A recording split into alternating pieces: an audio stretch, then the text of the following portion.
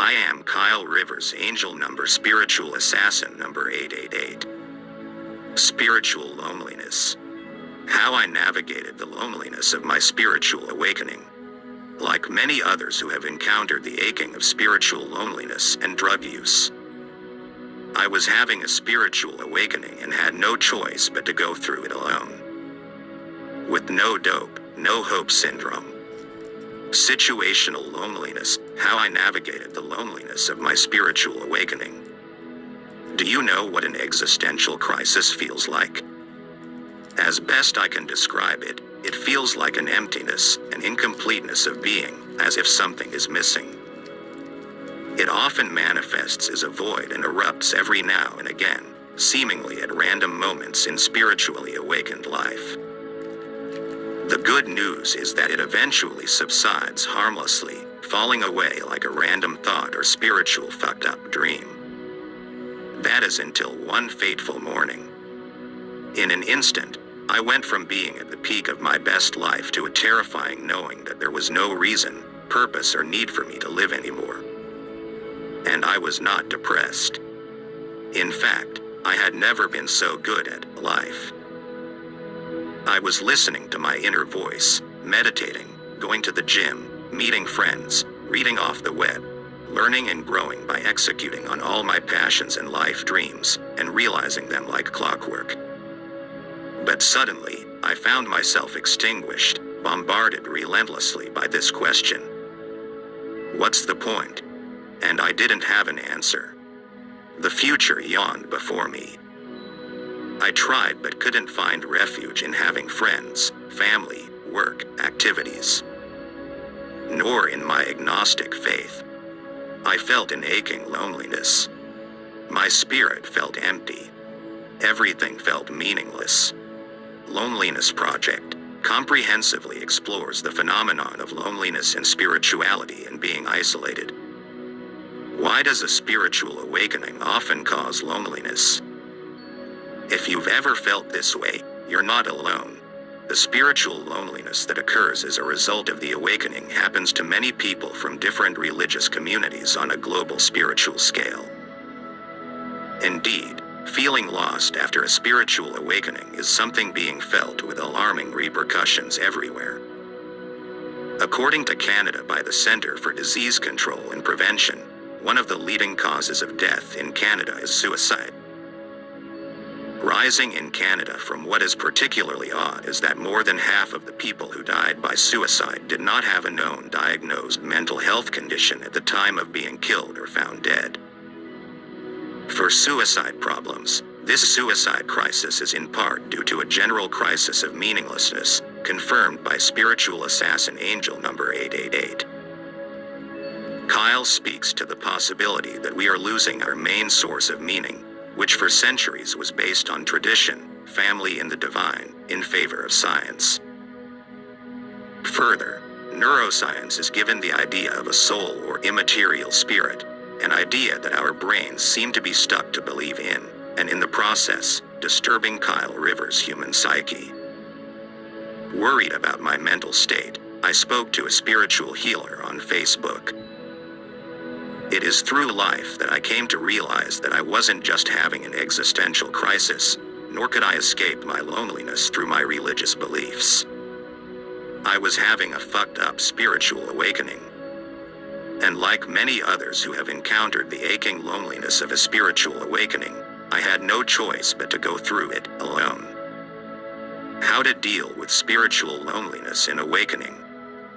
When I say a spiritual awakening, I mean that I suddenly saw that the meaning I had given to things before vanished.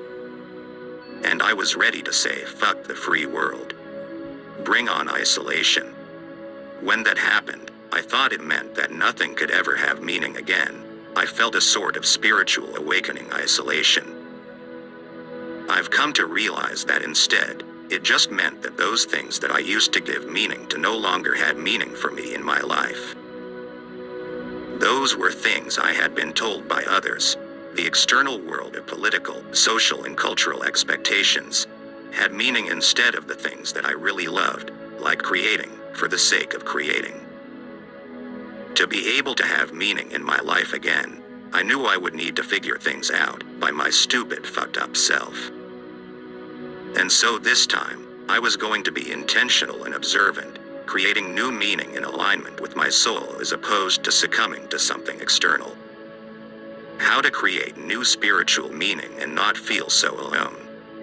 So if you are going through something similar, fucking push forward no matter what. First, understand that what you are isolated and to fix this fast. This is naturally deeply disturbing because as humans, we need meaning in our lives. Without meaning, we become vulnerable to dangerous thoughts of self-destruction. This is a strong belief that Rivers had. So, even though it may seem counterintuitive, be present and alone with yourself. Allow yourself to experience the shock of what you are going through and do it alone, on your own, even if it feels overwhelming. Go for a run, scream, cry, let whatever needs to come out, come out. Keep a journal to write down the questions coursing through you. Write down the dreams you had before, and how you feel about them now. Take a break from the world and social media. And even though it is incredibly isolating, know that there is something in this experience that is powerful and that will reveal answers to you in due course. Next, rekindle meaning in your life. Although meaning can look different to each person, psychological literature shows that close relationships with other people is extremely important for a meaningful life. But be careful. You need to connect with only the people who make you feel valued, that your contributions matter, that you belong. So although I advise you to be alone at first, this doesn't mean that it should be that way long term. When you are ready for answers, you may find it helpful to speak with others on a similar path to yours, who have experienced a similar awakening, rather than people who have not had such an experience and who may say the wrong things, even with the best intention, causing you to feel even more isolated. Then, remember that this is a spiritual crisis, and so the only remedy is the journey you have to undertake. But if you feel that you wish to speak to a therapist, like I did, don't hold yourself back. Just know that the therapist may be addressing your concerns based on the laws at play in the modern, arguably spiritually bankrupt capitalist world, where what you are feeling and sensing is not often taken seriously.